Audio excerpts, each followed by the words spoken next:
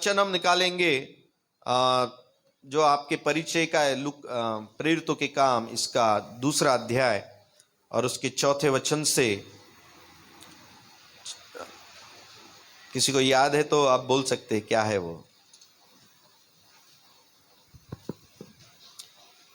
प्रेरितों के काम 2 अध्याय और 4 वचन ऐसा लिखा है, वे सब पवित्र आत्मा से भर गए और जिस प्रकार आत्मा ने उन्हें बोलने की सामर्थ दी वे अन्य अन्य भाषा बोलने लगे। आमीन। सो चर्च जो है उसकी जो गरिमा है स्पिरिट फिल्ड, बोलिए स्पिरिट फिल्ड, आत्मा से भरा हुआ, बोलिए आत्मा से भरा हुआ।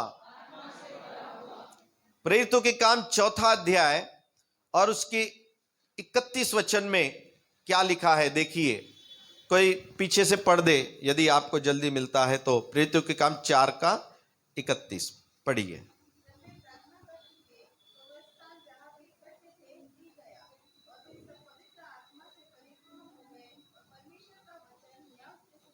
आमीन।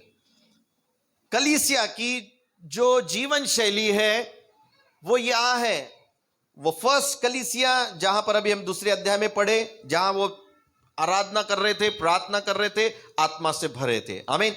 यहां अगेन द चर्च क्या कर रहा है, विरोध के बीच में। ये कब इकट्ठे हुए मालूम है?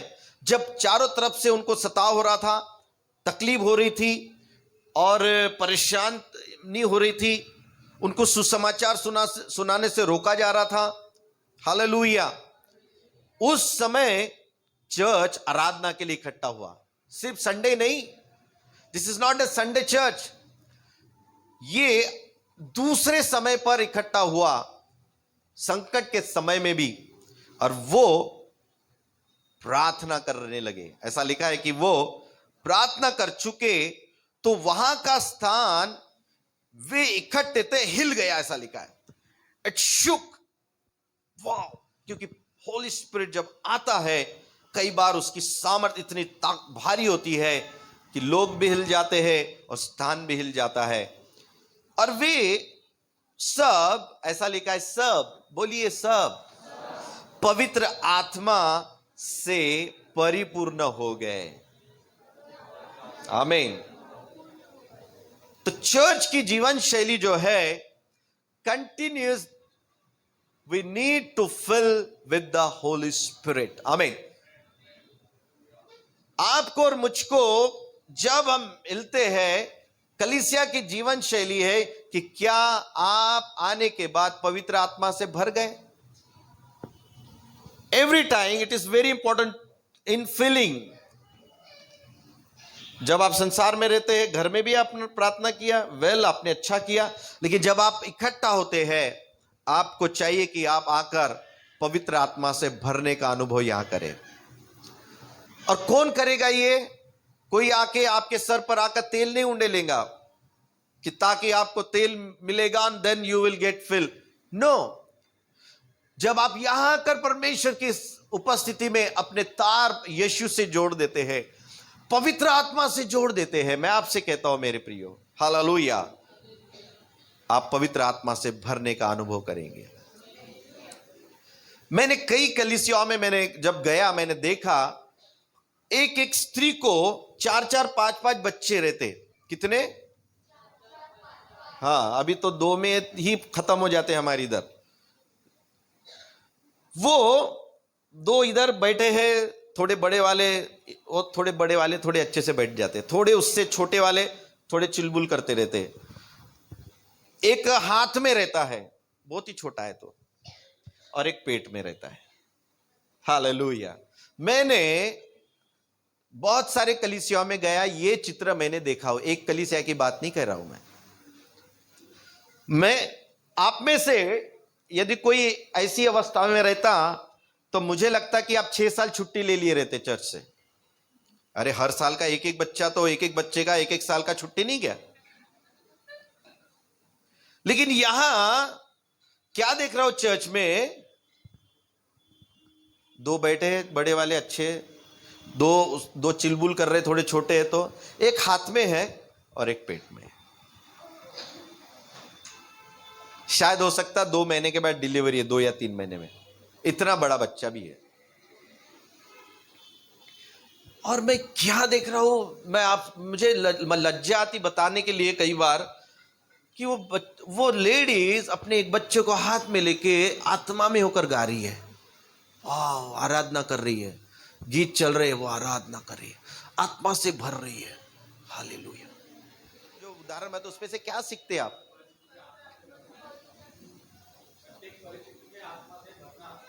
प्रत्येक परिस्थिति में आत्मा से भरना। चाहे तुम्हारे 2 बच्चे हो, 3 बच्चे हो, 4 बच्चे हो, छोटे हो, बड़े हो, पेटू में हो, कहीं भी रहे, सबके साथ चर्च में आना, ये सीखना है पहले। और कलीसिया में आके प्रभु की आत्मा से भरकर आराधना करना। हट बाबा, माझे लेकर त्रास देतात, मला बसू नाही देत, अरे बैठने देते तो भी लेकर आ। हालेलुया। वो पवित्र आत्मा में वो भी क्या रहेंगे, प्रभु के प्रेजेंस में वो भी खेलेंगे, वे भी चलेंगे, वे भी बढ़ेंगे। आमीन। वो घर में नहीं बैठे रहते, आता मी येत नहीं, और वहां सास ससुर वगैरह कोई नहीं रहते उनके जो देखभाल करने के लिए कि नहीं बाबा मेरी मम्मी आएंगी, मेरी सास आएंगी, कोई नहीं रहता। उनको दोनों कुछ करना पड़ता, और दोनों करते बड़े आनंद से। Hallelujah, hallelujah. काही कळून राहिलं का? म्हणजे आपण किती आपण हे आहो, म्हणजे भाऊ भाऊ करणारे कितना, यानी हम लोग यानी छोटी छोटी बातों में ऐसे ही रोते रहते हैं ना। और दुनिया कहाँ से कहाँ पहुंच गई है, चांद से भी पार चली गई है। हालेलुया। और हम अभी भी घर में मेहमान आ गए थे, तो मैं क्या आए थे तो लेके रहा था चर्च में। हालेलुया, अच्छी बात है ना। चलो चलो हम कलीसिया में जा रहे हैं, आप भी चलो, फिर मिलकर फिर घर में आएंगे अपन लोग।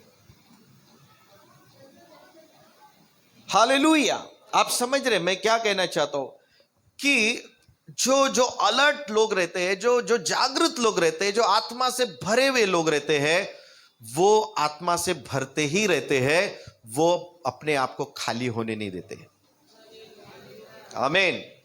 खाली होने ही नहीं देना, भरते रहना, भरते रहना, भरते रहना, भरते रहना। ये चर्च जो है, यहां पर कलीसिया जो बाइबल की अभी हमने पढ़े, वो पवित्र आत्मा से कंटिन्यूस भरते रह रहे हैं, भरते रह रहे। और मैं आपसे कहता हूं कि कोई भी टेंशन कितना भी बाहर रहो, कहीं भी रहो, जब प्रभु से कनेक्ट होकर आप आत्मा में आ जाते हैं ना, तो अब भरने का अनुभव प्रभु देगा। ऐसा नहीं कि मैं बहुत शांति से जाऊंगा, अभी घर में टेंशन नहीं है, कुछ नहीं है, अब 3 दिन की मैं मीटिंग करूंगा, अरे भाई तब मैं आत्मा से भरूंगा।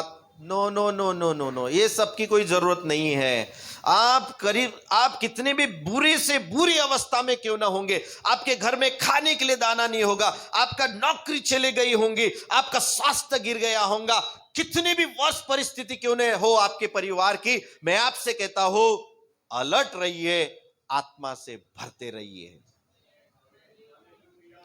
कोई भी बहाना नहीं चाहिए। परमेश्वर के लोगों को कोई भी बहाना, no no no. Hallelujah, praise God. आणि जेवढे बहाने वाले लोग आहेत, ये बहाना बोएंगे तो जिंदगी भर बहाना ही काटते रहेंगे। समझ रहे क्या बोला मैं अभी? यदि आप बहाना बोते रहेंगे तो बहाना ही काट मिलते रहेगा तुमको। हाँ, तुम क्या सोचते हो कि मैं बहाना बनाते रहूंगा और मुझे आशीष मिलते रहेंगी? ऐसा तो हो नहीं सकता। अरे परमेश्वर का तो नियम छोड़ दो, ये दुनिया का प्रकृति का नियम भी नहीं आपको सपोर्ट करेगा इस मामले में। हालेलुया। करेगा क्या? प्रकृति का नियम भी आपको हेल्प नहीं करेगा। जो गेहूं लगाएगा गेहूं काटेगा वो। Praise God. तो हम विश्वासी कैसे सोच सकते हैं कि हम आत्मा से नहीं भरेंगे, हम पवित्र आत्मा से नहीं भरेंगे, हम परमेश्वर के साथ संगति नहीं करेंगे, हमारे हृदय को हम प्रभु से नहीं जोड़ेंगे और सोचेंगे सब कुछ प्रार्थना करेंगे, हाथ रखेंगे, प्रोफेसी करेंगे, सब कुछ ऑटोमेटिक हो जाएगा। ऐसा सोच के कैसा चलेगा? आप अंधविश्वास में जी रहे हो फिर। Hallelujah. Your faith is not true faith, it's a blind faith. And that faith will not bring any good things. कोई अच्छी बात लेकर नहीं आएगा ऐसा faith. और लोगों को लगता है कि वे आर बिलीवर. वाओ. तब सी कौन से बिलीवर है देखिए. हालेलुया. Spirit field church. आमीन. एंड द सेकंड, दूसरी बात हम देखते हैं, मेरे साथ निकालेंगे आप पहला अध्याय उसका, यानी इसी किताब के पहला अध्याय और उसका 24 वचन.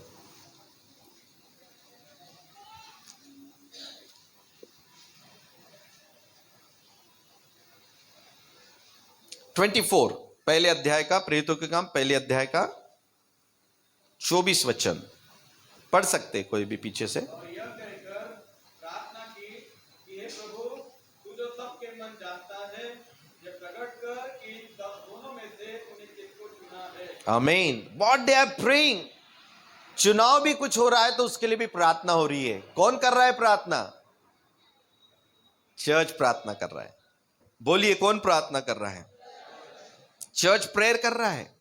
चर्च प्रार्थना में टाइम स्पेंड कर रहा है. तो भी हमने जाना और प्रार्थना में समय बिताना, और कलीसिया में आने के बाद, एटलीस्ट चर्च छूटने के बाद जिसको आप मिलते हैं, चल मैं आपके लिए दुआ करता हूं. किसी से आपने बात कर लिया, कैसे चल रहा है आपका? हाँ, तकलीफ चल रही है, बेटा का तकलीफ चल रही है, पत्नी का तकलीफ चल रही है, चल I will pray for you. कितने लोग ऐसा करके उसके लिए वहीं पर बैठकर प्रार्थना करते हैं? या नहीं मुझे जल्दी खाना देना है, खाना खाना है, जल्दी प्रेज द लॉर्ड करके भाग जाते हैं. मेनी टाइम्स चर्च अपनी जिम्मेदारियों को भूल जाता है. कलीसिया के लोग अपनी जिम्मेदारियों को भूल जाते हैं कि उन्हें प्रार्थना करना है. प्रे फॉर अदर्स, अपने लिए नहीं. कलीसिया में जब हम आते तो आपको एक दूसरे के लिए प्रार्थना करनी चाहिए. ये मत सोचो कि जब यहां से अनाउंस होगा एंड देन आप एक दूसरे को लिए प्रार्थना करेंगे थोड़ा समय. चर्च छूटने यानी आराधना सभा यहां से खत्म भी हो गई है तो भी आपका परमेश्वर के साथ का जो प्रेम है, सेवा है, जुड़ाव है, वो खत्म नहीं होता है. वो कंटिन्यूस चलना चाहिए. ये तो यहां से एक आपको एक बूस्टिंग आपको मिलता है, एक थोड़ा सा आपको प्रेरणा यहां से मिलती है कि यहां से छूटने के बाद आप ऐसा करो. बट यहां से छूटने के बाद ऐसा लगता है कि आता सर्व संपलो बाबा हो गया, बहुत आराधना हो गई, प्रार्थना हो गई, अब खत्म रे बाबा, अब तो मैं खुला हो गया हूं, एकदम फ्री हो गया हूं. कई लोगों के लिए ऐसा होता है चर्च. संपला बाबा, सुटला बाबा, आज तो बहुत लंबा कर रहे थे. तीसरी बात हम देखेंगे, ये चर्च जो कलीसिया है वो प्रार्थना में है. और प्रेरितों के काम इसका दूसरा अध्याय और उसका 45 वचन हम पढ़ेंगे. 45 उसके पहले हम 32 पढ़ेंगे, उसके पहले 32 वचन हम पढ़ेंगे एंड देन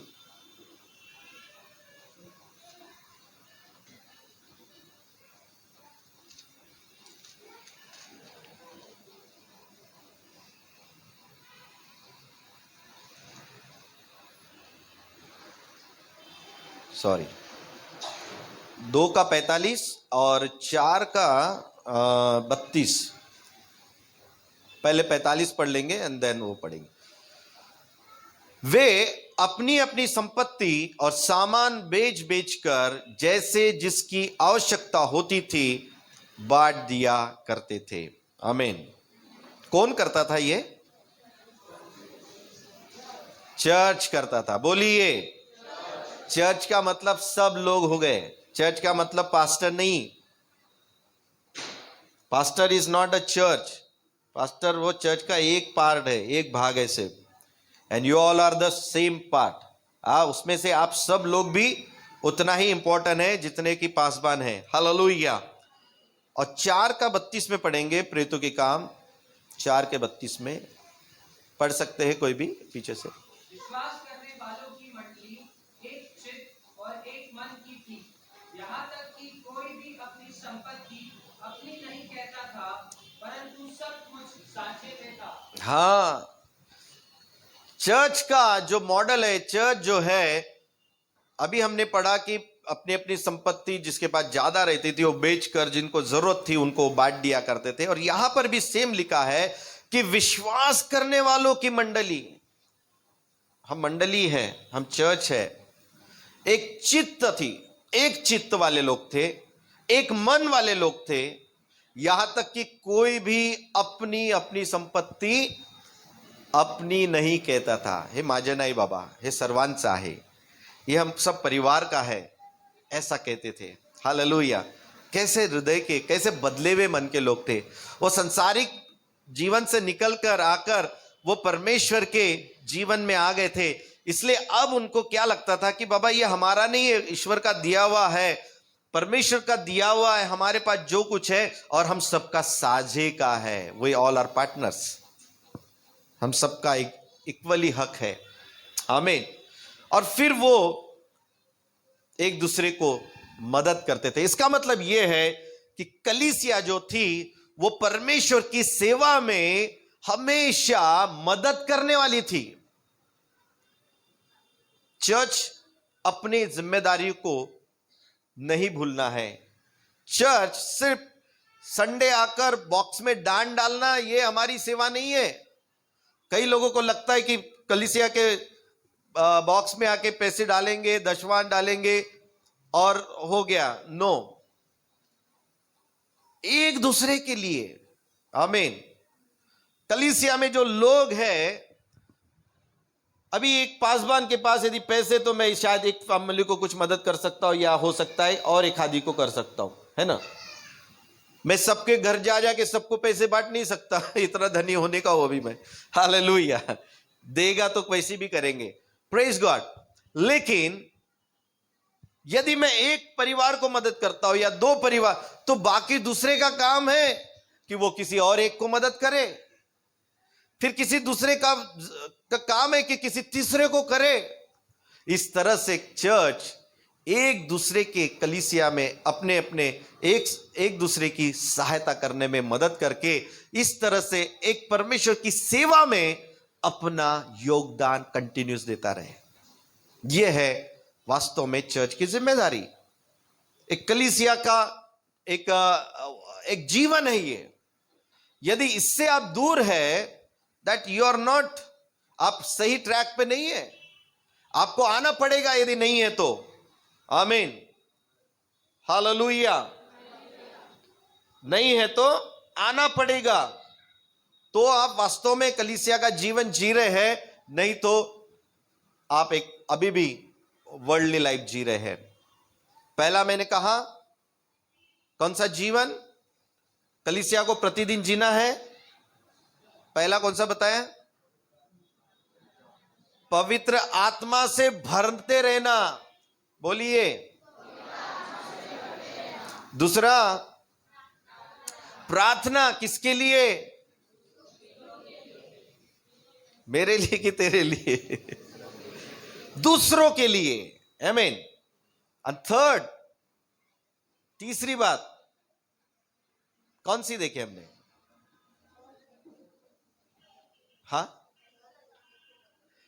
हाँ, बहुत साधारण विषय में आपने बोला, वेरी गुड। और भी कोई बोल सकता? तीसरा मैंने अभी क्या बताया था? वैसे ही रहता, मार्ग के किनारे वाला जी, जरूरत को पूरा, यानी कलीसिया में एक दूसरे की सेवकाई करना। आमीन। कलीसिया में अभी एक व्यक्ति 10 लोगों की नहीं कर सकता, ठीक है? तो मानो यदि आपने किसी की मदद किया तो दूसरे ने, आपने तो उनको किया था, मुझे नहीं कर रहे हो, ऐसा नहीं बोलना। हर एक की क्षमता होती है। हालेलुया। हर एक के पास खुदा ने दिया हुआ ताकत होता है। किसी की क्षमता 10 को करने की होती है, किसी को 1 की करने की होती है। हालेलुया। सो इसमें कोई भी किसी के प्रति कोई शिकवा नहीं होना। हाँ, सिर्फ हर एक के पास एक दिल होना कि मैं किसी ना किसी की मदद करूं, बस। हालेलुया। मैं कलीसिया में उन लोगों की जरूरतों को पूरा करूं जो वास्तव में स्ट्रगल कर रहे हैं, जो काम धंधा नहीं कर रहे, फालतू टाइम पास कर रहे, इधर से उधर घर घर घूम रहे हैं, उनकी कोई मदद नहीं करना। कुछ लोगों को नहीं तो आदत पड़ जाती है, चलो चर्च के लोग अच्छा है, चलो जाके इधर जाके बैठ गए टाइम पास करते हुए, वहाँ सुबह का खाना हो गया, फिर उसके बाद दूसरे के घर चले गए, हाँ हम विजिट करने आए, वहाँ दोपहर का खाना हो गया, फिर वहाँ से शाम को आता कुठं, हाँ तिसरे के घर चले गए, हाँ संध्याकाळचे पण जेवण आता तिकडे झालं, और तीनों को जाके टाइम भी बर्बाद कर दिया, खाना भी खा लिया और पैसा भी मांगा, है ना। और फिर ये चलते रहता कुछ लोगों का। ऐसा भी नहीं होना। Praise the Lord, hallelujah, hallelujah. कुछ लोग मिसयूज बहुत करते, नहीं तो ये चीजों का भी क्या करते हैं, मिसयूज करते। जैसे पासवान लोग दान दशवांश के बारे में बोलकर लोगों से खींचने का काम करते हैं ना, मिसयूज करते कई बार खींच। वैसे ही कुछ लोग सबकी मदद करना चाहिए, सबके लिए प्रार्थना करना चाहिए, सबको देना चाहिए, मदद कर, एक दूसरे की सुधि लेना चाहिए, ये इसको भी लोग क्या करते हैं, आपस में इसका भी गलत उपयोग करना चालू करते हैं।